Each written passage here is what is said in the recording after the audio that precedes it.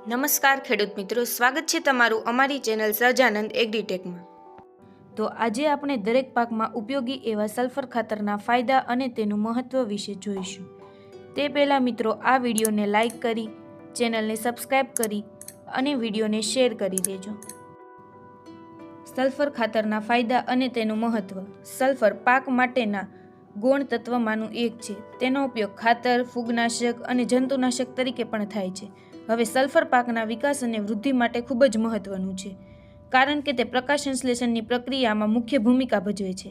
હવે મિત્રો વાત કરીએ સલ્ફરના ફાયદા વિશે, તો સલ્ફરથી તેલની ટકાવારી, સુગંધ, પ્રોટીન અને ખાંડની માત્રામાં વધારો કરવા તેમજ ઉત્પાદનની ગુણવત્તામાં સુધારવામાં ઉપયોગી છે। સલ્ફરનો ઉપયોગ કપાસ, તલ, જીરું, ડુંગળી, હળદર, આદુ, સોયાબીન, મગફળી, શેરડી અને શાકભાજી જેવા પાકમાં ઉપયોગ કરવો જોઈએ।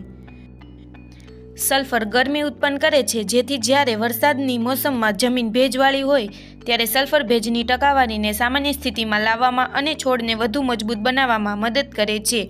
રોગ અને જીવાત સામે પણ નિયંત્રણ કરે છે।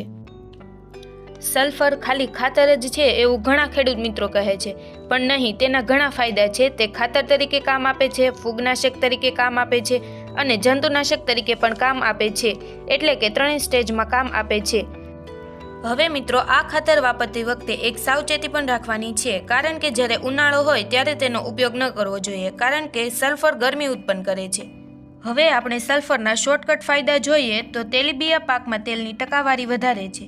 કોઈપણ તેલીબિયા પાક હોય જેમાંથી તેલ નીકળતું હોય, જેમ કે મગફળી છે, કપાસ છે, તલ છે, સોયાબીન છે વગેરે પાકમાં વૃદ્ધિ અને વિકાસ માટે આવશ્યક છે।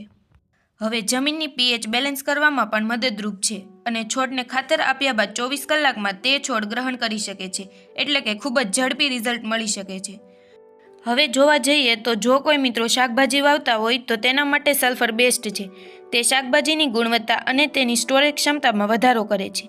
જો કોઈ ખેડૂત મિત્રો ડુંગળી અને લસણનું ઉત્પાદન કરતા હોય તો તેમાં ગાંઠિયાના કદ મોટું કરવા માટે પણ ખૂબ જ આવશ્યક છે।